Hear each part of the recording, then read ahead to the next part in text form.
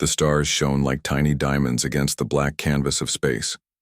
The exploration ship Luminous Harmony moved slowly through the emptiness.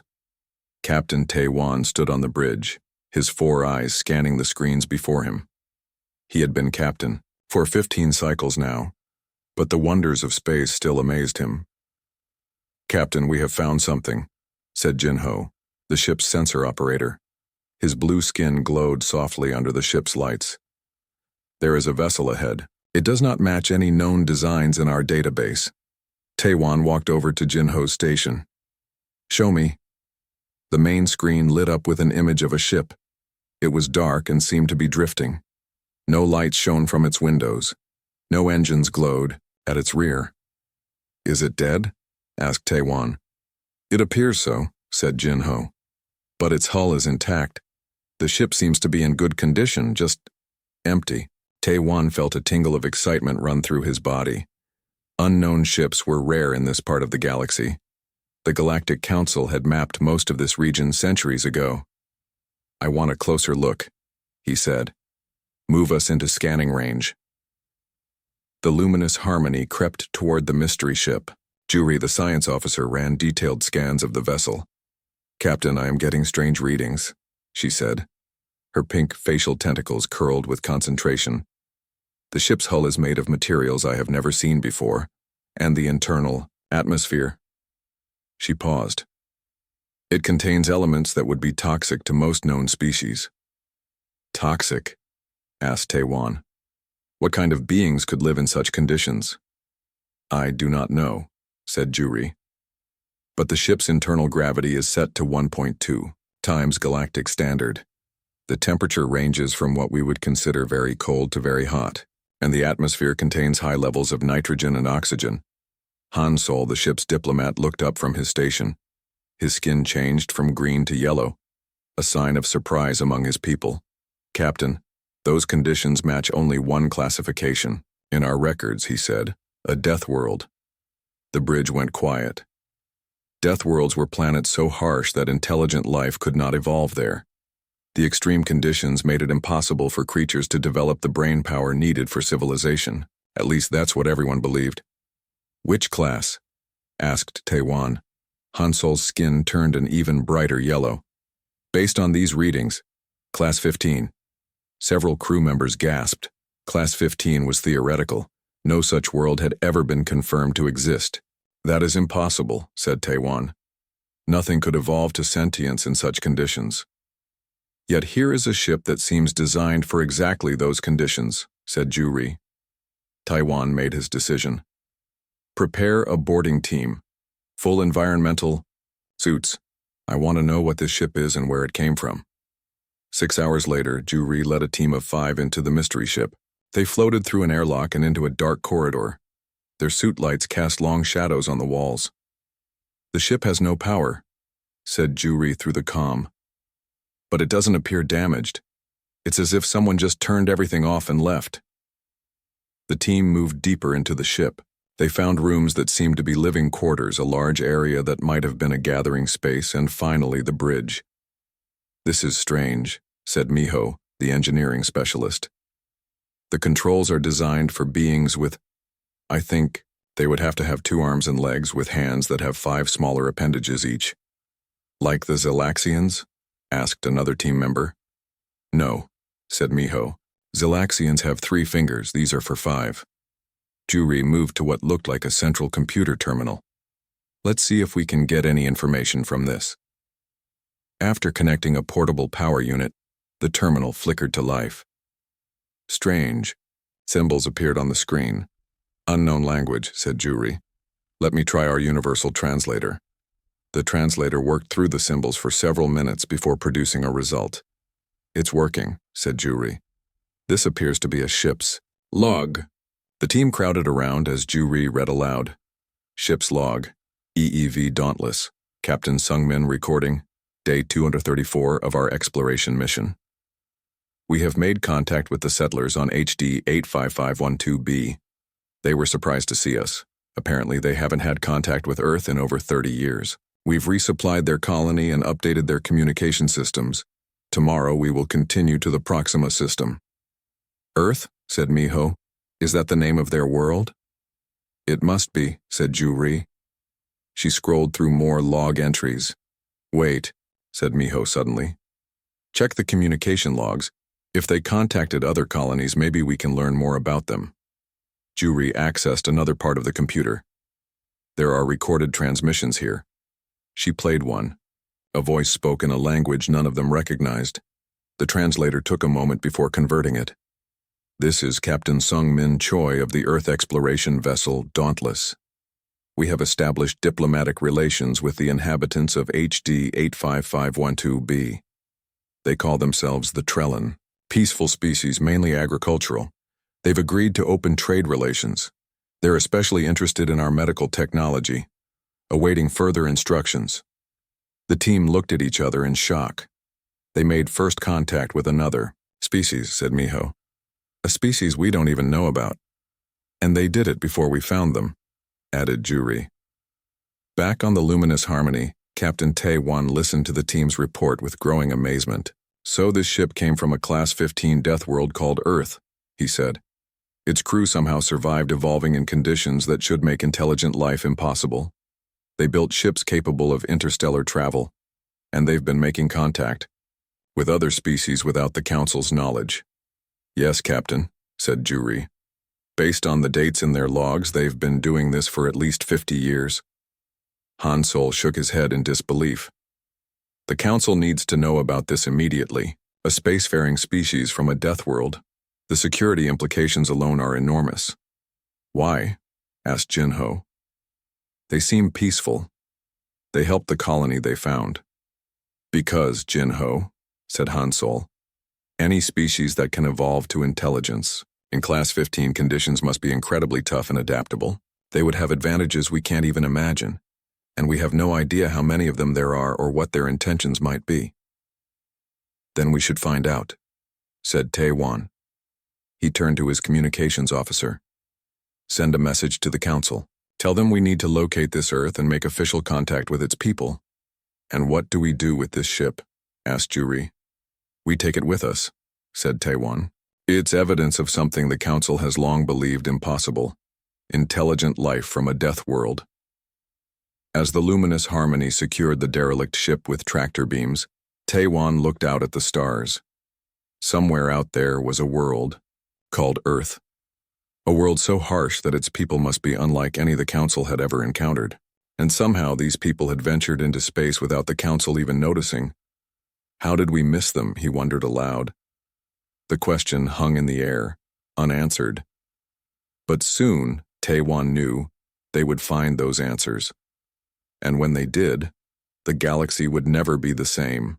The news of the human ship spread quickly through the Galactic Council.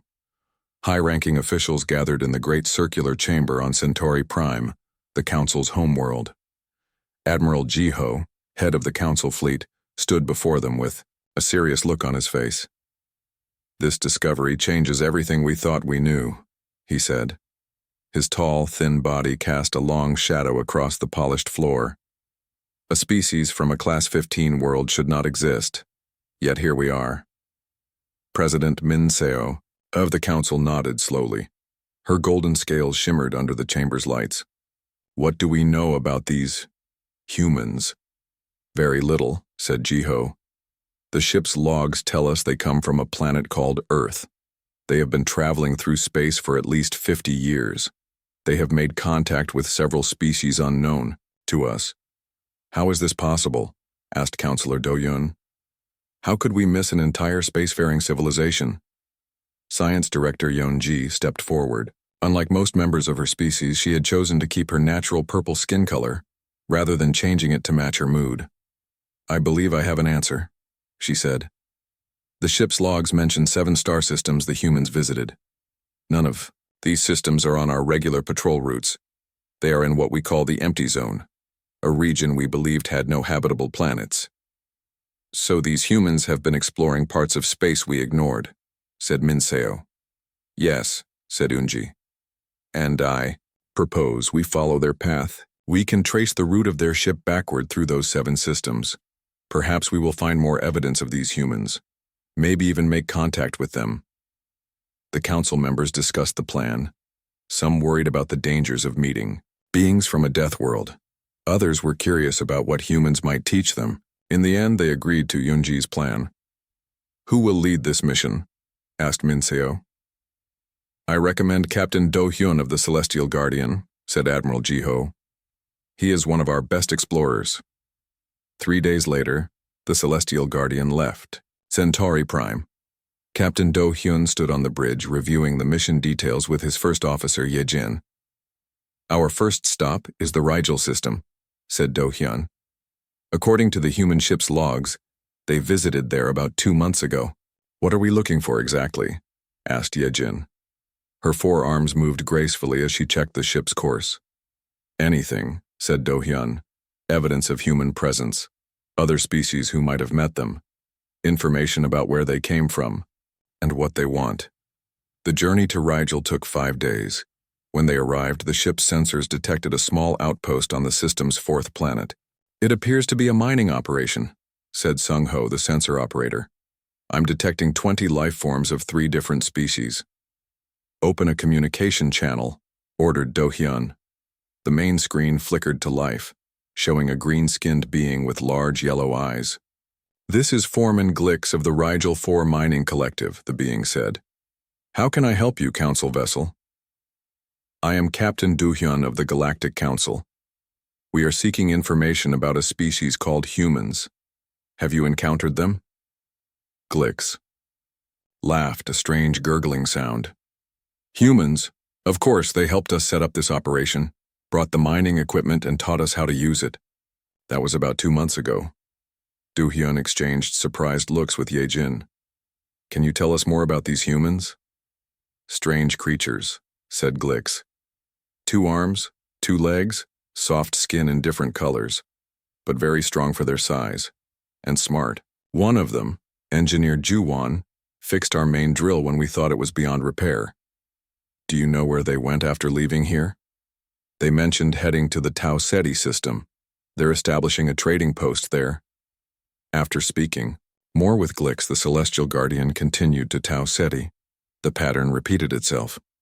At each system they visited, they found evidence that humans had already been there. They had established mining operations, trading posts, and even a small colony. At the 3rd system, they discovered something surprising: a space station orbiting the 2nd planet. The station housed representatives from 3 different alien species, all living and working alongside a small group of humans. Do-hyun led a boarding party to the station.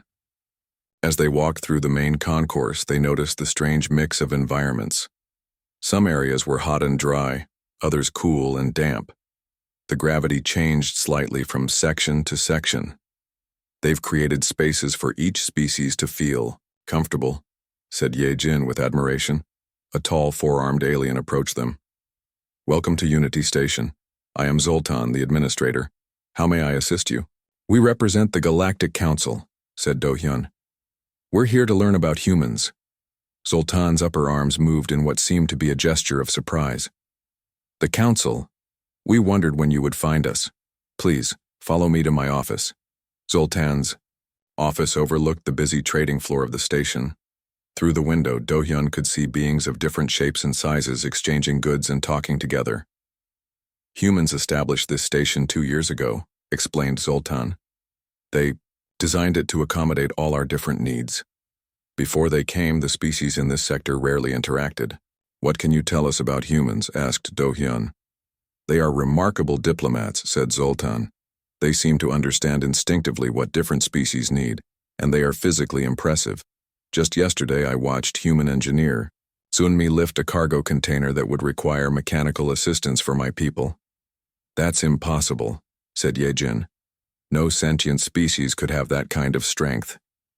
"Impossible for beings from normal worlds," said Zoltan. "But humans come from a high-gravity planet with extreme conditions. What's ordinary for them is extraordinary for us."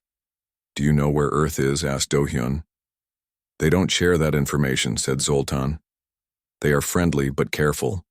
They said their home system is protected." As they left Zoltan's office, Do-hyun and Ye-jin saw a human for the first time. A male with dark hair was climbing up an exterior maintenance shaft on the outside of the station. He wore no environmental protection despite the vacuum of space just beyond a thin energy shield. "How is he doing that?" whispered Yejin. "Deathworld adaptations," said Do-hyun.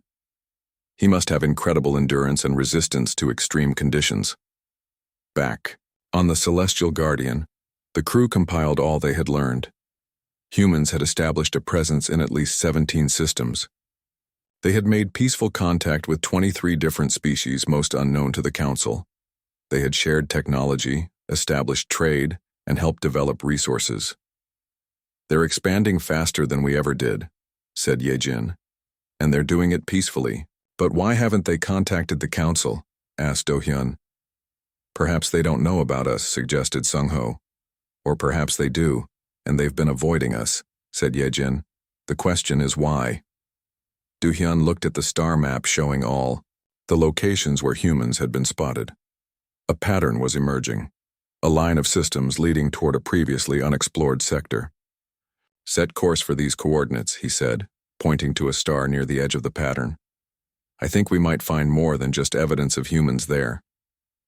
As the Celestial Guardian entered hyperspace, Do-hyun couldn't help feeling that they weren't so much following humans as catching up to them. The beings from the death world were always one step ahead. What will we find when we finally meet them face to face? He wondered. The answer might change the future of the entire galaxy. The Celestial Guardian dropped out of hyperspace near a yellow star. Immediately, the ship's sensors lit up with activity. "Captain, I'm detecting dozens of ships in this system," said Sung-ho. His fingers moved quickly across his control panel. "There's a large space station orbiting the fourth planet. It appears to be a major hub of some kind." Captain Do-hyun leaned forward in his command chair. After weeks of following the human trail, they had finally found what seemed to be a significant human outpost. "Are any of those ships Council designs?" he asked. "No, sir," replied Sung-ho.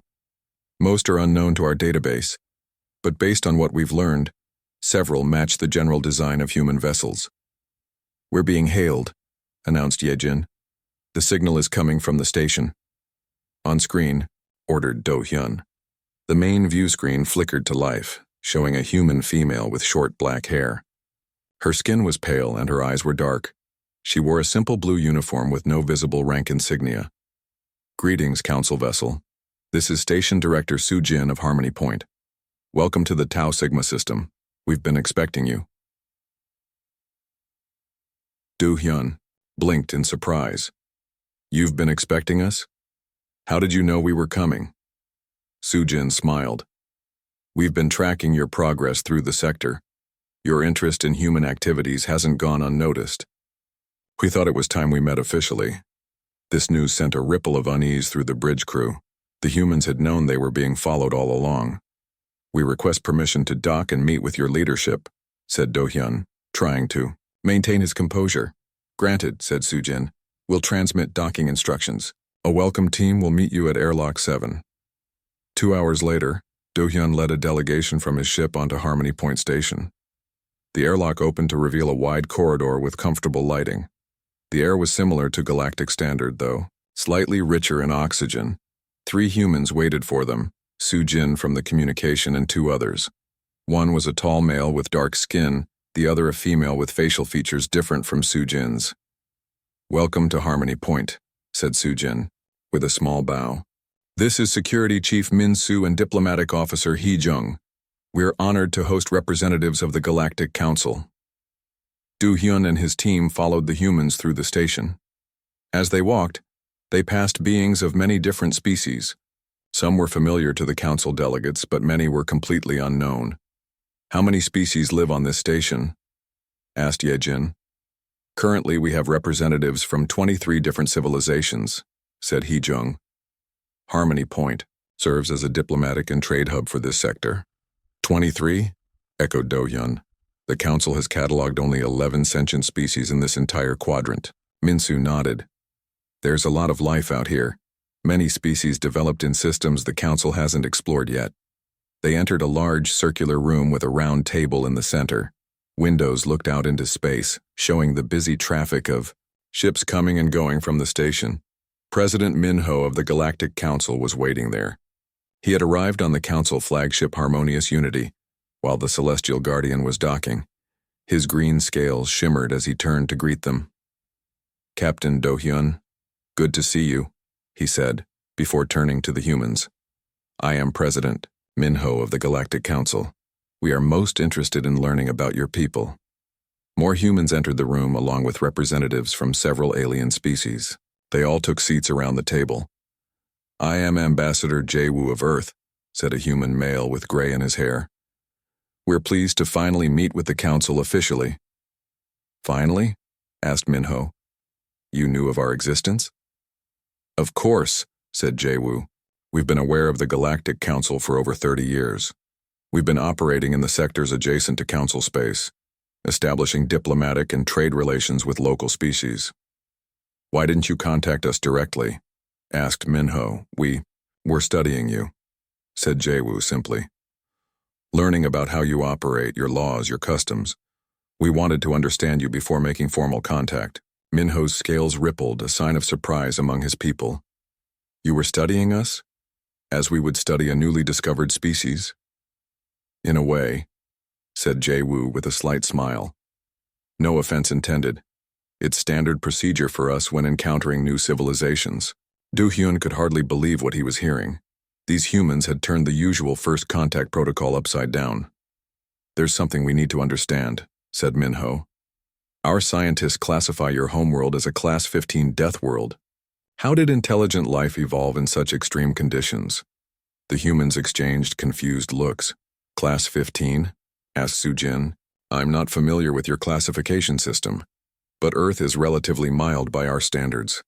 We classify it as a Class 3 habitability world." "That's impossible," said Science Officer Ju-ri, who had joined them from the Luminous Harmony. "The ship we found had atmospheric, gravity, and temperature readings that would be lethal to most species." "Ah," said Jae-woo with understanding. "It seems we have different baselines for what constitutes harsh conditions. What's normal for us would be extreme for you." A human scientist named Dae-jung joined the conversation. He displayed a holographic image of Earth. "Our planet has multiple biomes, from frozen poles to burning deserts, from high mountains to deep oceans. We evolved to adapt to all these environments. What's more, Earth's conditions change seasonally and have varied drastically over our evolutionary history." "So your adaptability," began Do-hyun, "is our greatest strength," finished Dae-jung. "Humans can survive in environments that would kill most species. We can eat a wider variety of foods, endure more extreme temperatures, and adapt to changing conditions faster than any other intelligent species we've encountered." As the meeting continued, the Council representatives learned that humans had established 17 major outposts throughout the sector. They had made peaceful contact with dozens of species, many unknown to the Council, and had been facilitating trade and cultural exchange. "But why?" asked Minho. "What do you gain from this?" "Knowledge," said Jae-woo. "Resources, friendship, the same things that drive the Council's exploration programs, I imagine." "And this station?" said Do-hyun, looking around.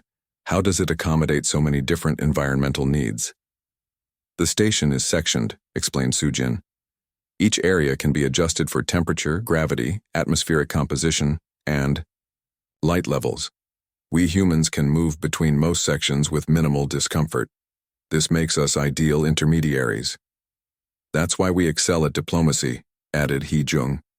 "We can physically go where most species cannot, allowing us to mediate between civilizations that would otherwise find direct communication impossible."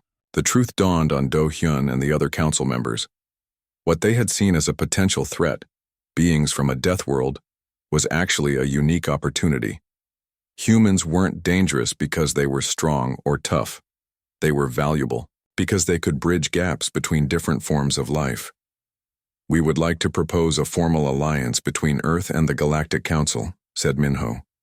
"Your abilities and perspective would be invaluable to us." Jae-woo smiled. "We were hoping you'd say that. But first, there's something else you should know." "What's that?" asked Minho. "Earth isn't the only death world out there," said Jae-woo. "We've identified at least 3 other planets with conditions similar to Earth, and we believe they may harbor intelligent life too." The room fell silent as the council representatives absorbed this news.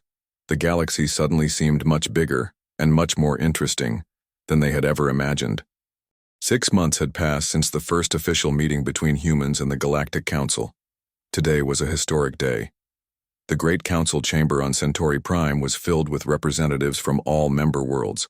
For the first time in 12,000 years, they had gathered to create a new classification: diplomatic species of exceptional capability. President Minho stood at the center of the chamber. His green scales were decorated with ceremonial gold patterns for the occasion. For millennia, we believed that harsh worlds could not produce intelligent life, he said. His voice echoed through the chamber. We were wrong. Today we recognize the humans of Earth as the first diplomatic species of exceptional capability in Council history. The chamber erupted in applause. At the front of the room stood a small group of humans in formal blue uniforms. Ji-un, the human representative, stepped forward. On behalf of Earth and all humans, we thank you, she said. We are honored to join the Galactic Council as partners. Together we can build a better future for all species. Admiral Ji-ho watched from his seat near the front. 6 months ago, he had viewed humans with suspicion. Now he was their strongest supporter. His change of heart had come 3 months earlier, during the Novus colony disaster. A terrible earthquake had struck the Council colony on Novus 3. The underground city was collapsing. Toxic gas was filling the tunnels. The Council, rescue teams could only work for 3 hours at a time before needing rest. Then a human ship arrived. Captain Hyunwoo and his crew worked non-stop for 72 hours. They dug through collapsed tunnels with their bare hands. They carried injured colonists through gas-filled corridors without protective gear. They saved over 3,000 lives. When asked how they managed such a feat, Captain Hyunwoo simply said, "This is nothing compared to Earth's disaster zones. We train for much worse." After the ceremony, the Council moved to the next item on their agenda. Ji-un proposed an expanded alliance that would include both Council worlds and the network of civilizations humans had been working with independently. By combining our knowledge and resources, she said, we can explore more of the galaxy together than either of us could alone. The Council members were discussing the details of this new alliance when an urgent message interrupted them. Ambassador Ye Jin, who had been promoted after the first contact mission, rushed into the chamber. President Minho, she said, her forearms moving in agitation. We have detected a large fleet entering Council space. Our sensors identify them as the Vraxian Dominion. The room fell silent. The Vraxians were a hostile species from beyond the Council's borders. For centuries they had raided outlying colonies but never dared to challenge the Council directly. How large is the fleet? Asked Minho. Over 200 warships, said Ye Jin. They will reach the Proxima system in 2 weeks. Panic spread through the chamber. The Council's defense fleet was scattered across their territory. It would take at least 2 weeks to gather enough ships to face such a threat. The Proxima system has 3 billion inhabitants, said Minho grimly. We cannot evacuate them in time. Ji-un glanced at her fellow humans.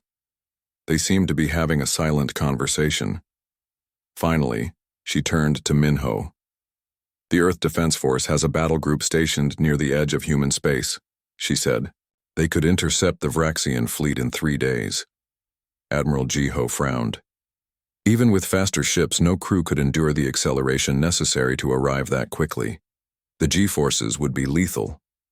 The humans exchanged knowing looks. Not for us, said Captain Hyunwoo, who was present for the ceremony. Human physiology allows us to endure high G acceleration that would kill most other species. Our ships are designed for this capability. How many ships do you have available? Asked Minho. 35, said Ji-un. Not enough to defeat 200 Vraxian warships in direct combat, but enough to slow them down until your fleet arrives. That would be a suicide mission, said Admiral Ji-ho. Not necessarily, said Ji-un. We have other advantages besides our physical endurance. 2 days later, Admiral Ji-ho stood on the bridge of the Council flagship Stellar Defender. The Council had managed to gather 50 ships, but they were still 8 days away from Proxima. The human battle group had already made contact with the Vraxian fleet. "We're receiving a transmission from the human flagship Dauntless," said the communications officer. The main screen showed Admiral Dahi, commander of the human forces. Behind her, Jiho could see the bridge of her ship. It looked different. From council vessels, more compact with acceleration couches instead of chairs. "Admiral Jiho," said Dahi.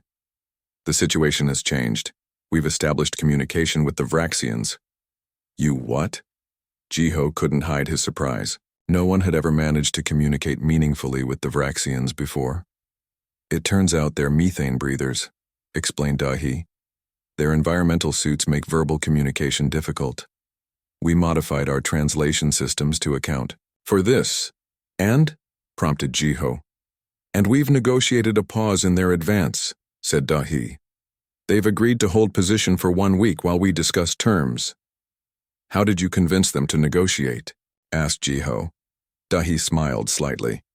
"We demonstrated some of our capabilities. When their lead ships fired on us, we showed them that our smaller vessels could evade their weapons. Then we sent a team to board one of their ships." "You boarded a Vraxian vessel?" Jiho was shocked. "Their atmosphere is toxic to most species." "To most species, yes," said Dahi. "But humans can survive in their atmosphere for short periods with minimal protection. We've had teams training for this possibility." 2 weeks later, Council President Min Ho stood in the Great Hall of the Harmonious Unity. Before him were representatives from Earth and, surprisingly, from the Vraxian Dominion. The Vraxians were tall, insect-like beings who wore special suits to protect them from the oxygen-rich atmosphere. "Today marks a historic occasion," said Min Ho. "For the first time, the Council and the Vraxian Dominion sign a peace treaty. This would not have been possible without our human allies. Admiral Dahi had led the negotiations. The humans discovered that the Vraxian attack was prompted by resource shortages in their home systems. Earth offered to help them develop asteroid mining technology that would give them access to abundant resources without conflict." As the ceremony concluded, Ambassador Ji-un approached President Min Ho. "There's something else we'd like to discuss," she said. "More surprises?" asked Min Ho with a flicker of humor in his eyes. "We've identified 42 additional Class 15 worlds that might harbor intelligent life," said Ji-un. "We propose a joint exploration initiative to find them." Min Ho's scales rippled with surprise. 42? That many? "The universe is more diverse than we imagined," said Ji-un. "And each new species brings unique perspectives and abilities." As Min Ho looked around the hall, he saw humans talking easily with both council members and Vraxians. Despite their different biology and environmental needs, they found ways to communicate and connect. He realized that the greatest strength of these beings from a death world wasn't their physical toughness or their ability to survive harsh conditions. It was their adaptability, their capacity to bridge gaps between different forms of life. "The universe has become much larger," said Min Ho. "And much more interesting," added Ji-un with a smile. Together they watched as humans continued their work, bringing together species that would never have met otherwise, building connections across the vast distances of space, and turning a galaxy of strangers into a community of friends. The beings from the Class 15 Death World had changed everything. And the adventure was just beginning. The end.